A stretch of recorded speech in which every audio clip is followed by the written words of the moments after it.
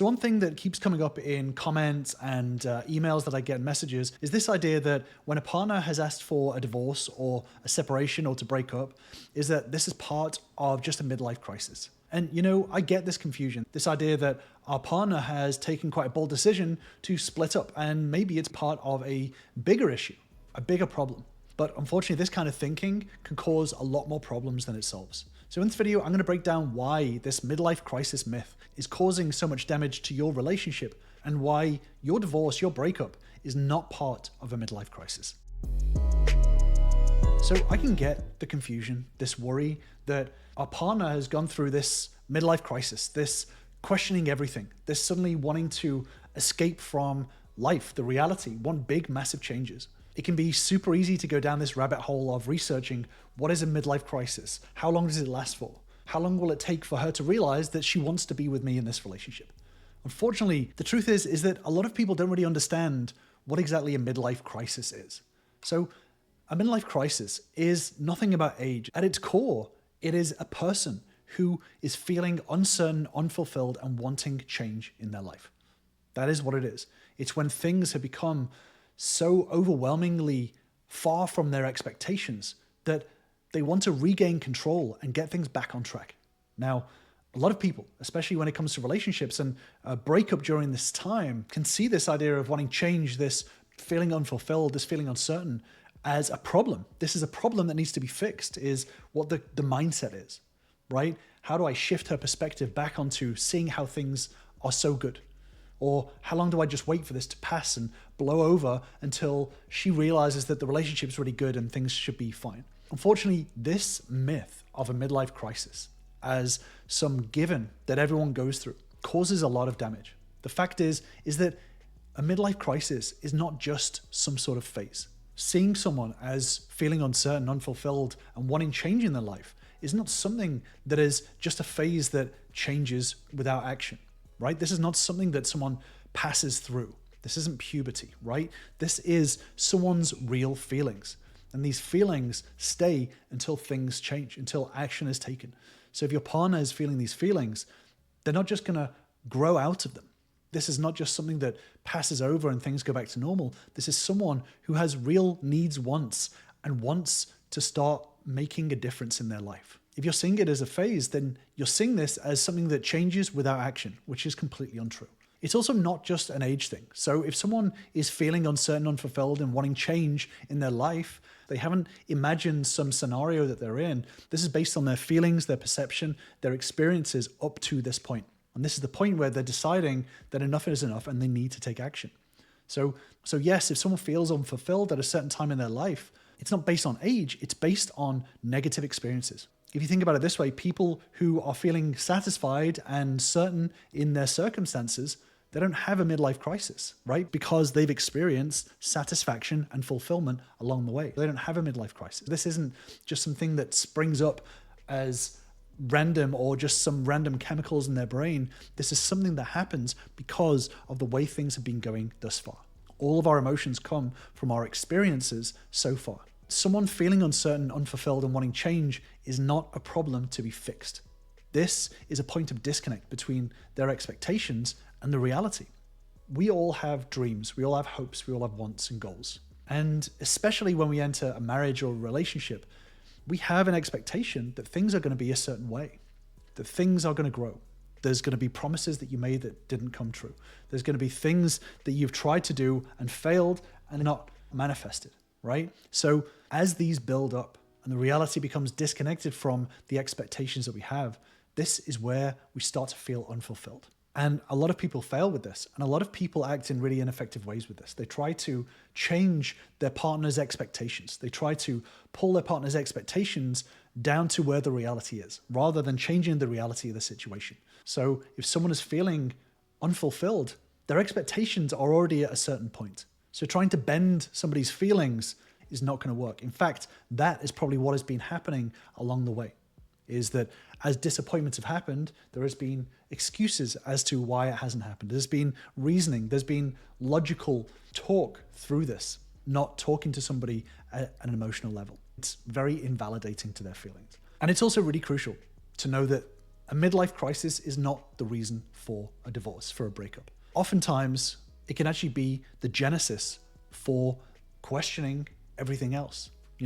A partner wanting to get out of a relationship, someone that they have had such high expectations for and being disappointed along the way, and then for the reality to not match that. The feelings that appear as a result of that can cause you to question so many other things in your life. Thinking about the sacrifices you've made in order to try and make this relationship work, thinking about all of the things that you've done, all the actions you've taken, all of the things you've set aside and paused and delayed in order to make this relationship work. And then to have the feeling that this relationship is so far from your expectations can lead you to go, what do I need to do in my life right now? If this person that I was supposed to spend the rest of my life with, this relationship is not the way it's supposed to be, then what else in my life feels stable? It's going to be very difficult to feel stable within this period, right? So oftentimes, a midlife crisis is not the reason for a breakup. A breakup often triggers the feelings of uncertainty, unfulfillment, and wanting change, right? So people get this the wrong way around very, very often.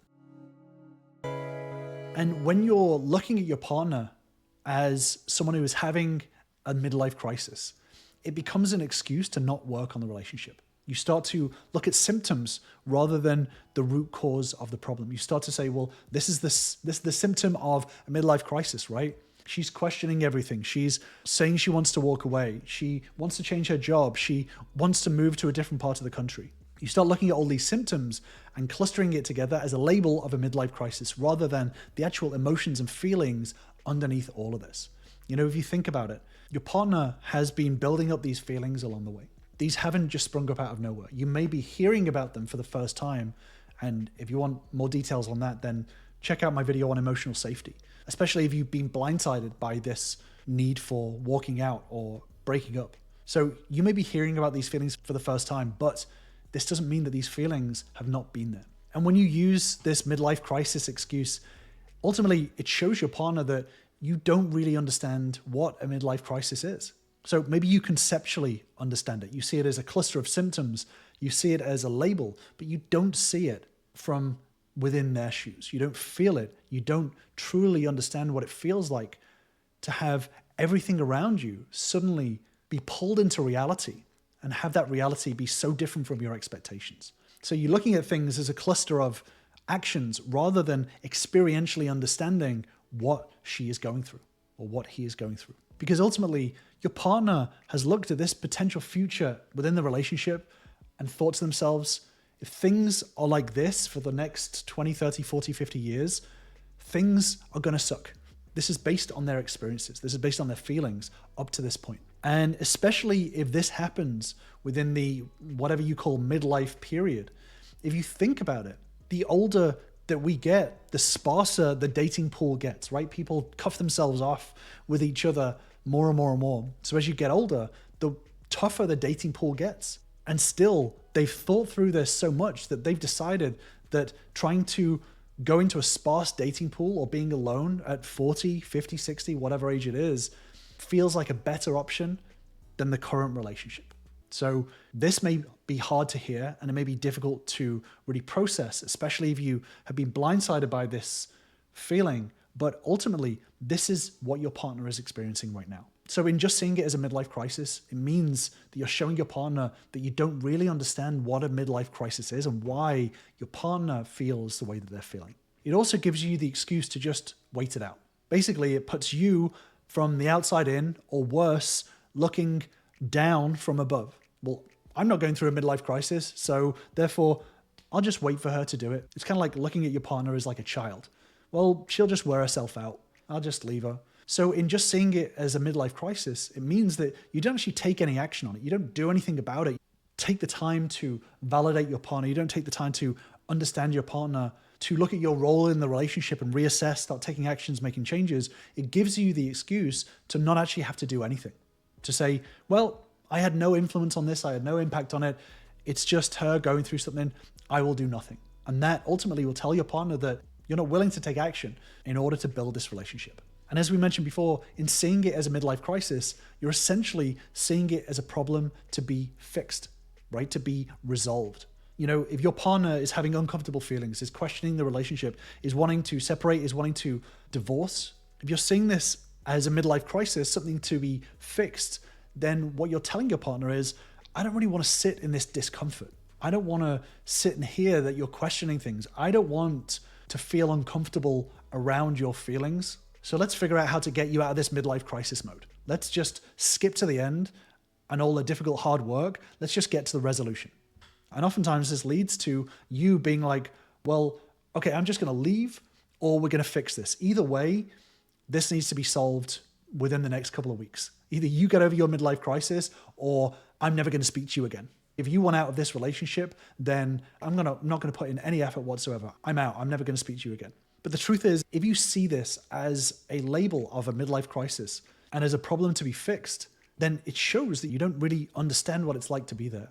If they don't feel like you understand, then you're not understanding deep enough.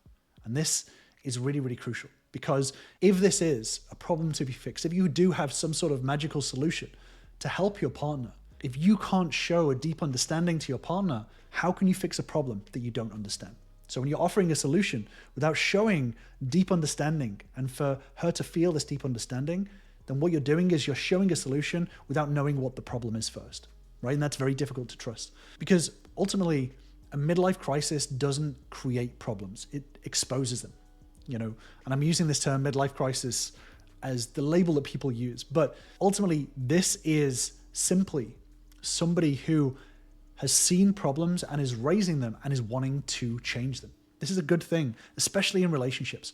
A lot of people can get worried when a partner says, hey, I'm feeling unfulfilled, I'm feeling unsatisfied. When they raise a problem, when a divorce happens, when a breakup happens, this is the problem rising to the surface. If people don't think that something can be overcome and brought through, then they don't say anything. That is when hope has been lost. So at the very least, if your partner is talking about these things, this is raising the problems to the surface. So if your partner is feeling these feelings right now, feeling unfulfilled, unsatisfied, if they want out of the relationship, it's because they don't want to go through these feelings alongside you. They've assessed that going alone is safer, feels better than doing it alongside you.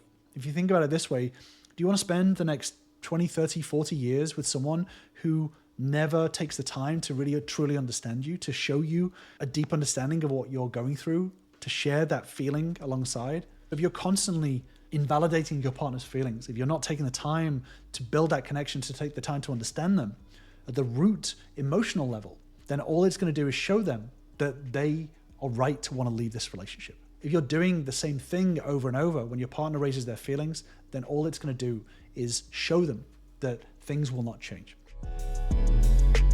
So this may sound doom and gloom, but these are really crucial points to understand in order to be able to build better tools, to build a relationship forward, and to rebuild it in the right way, right? So learning the skills to put yourself in your partner's shoes, showing them that you're making the effort to deeply understand them, to go through this with them and support them. Because ultimately, let's say they want out, and you show them that you're only willing to make the effort if they are officially in a romantic relationship with you, then it shows that you don't necessarily care about them as a person. You only care about them as a person if they are romantically attached to you. Outside of that, I don't care what you're going through, right? It shows a big lack of care. It shows that things are very, very conditional. I'm only willing to be there for you if you are willing to be in a romantic relationship with me. The fundamentals aren't there.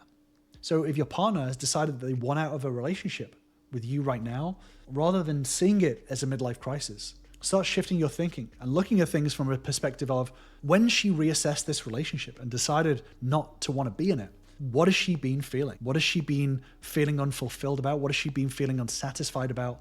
Where are the holes in the relationship? And what was my role within these? In being able to self-reflect on that, it's going to help you to be able to put yourself in your partner's shoes in a deeper way and show an understanding that you understand how she's feeling right now, why she would be questioning things, why she would be wanting to exit the relationship, and also looking at the context around these decisions as well. Pressure from family, pressure from society. This is societal pressure to stay in a marriage and not speak up about problems, to just for men, it can be to soldier through problems. For women, there can be a pressure to keep quiet in order to keep the family unit together. Start looking at all of these contexts around it and talking to your partner about them. not telling them how they feel, but opening the door for them to start to tell you how they feel. And, this is what a lot of my members have found, is that in switching this from a problem to be fixed into a point of connection, then this shifts the dynamics of the relationship. It stops it becoming a you versus your partner, and it becomes you and your partner versus the challenge, right? The point of connection. And you can see that point of connection as a disconnect or as a connection. If your partner is wanting out of this relationship right now, a lot of people would go, well, this is a midlife crisis. I just need to wait it out. I'm not going to do anything, or I'm out. I'm just going to walk away. That is looking at the point of connection and causing a disconnect. Whereas you can flip it around and use it as a point of connection. Okay, my partner wants out of this relationship. Let's lean into it. Let's talk about this. Let me hear what my partner has to say, what they're feeling. Learning these skills and tools is crucial for repairing the relationship rather than letting it drift apart or pulling it apart. And if you do want to join us, then all of my members start on the Relationship Bootcamp, where I show you the fundamentals of how relationships work, the main 3 elements of relationships, and how they're crucial for repairing, building, and growing healthy relationships.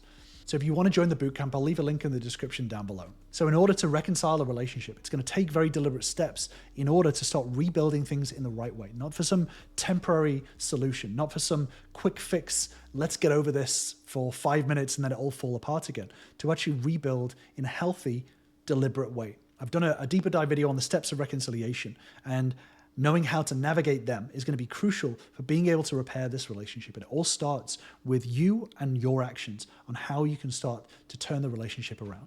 So I'm going to leave you with that deep dive video, and I will see you over there.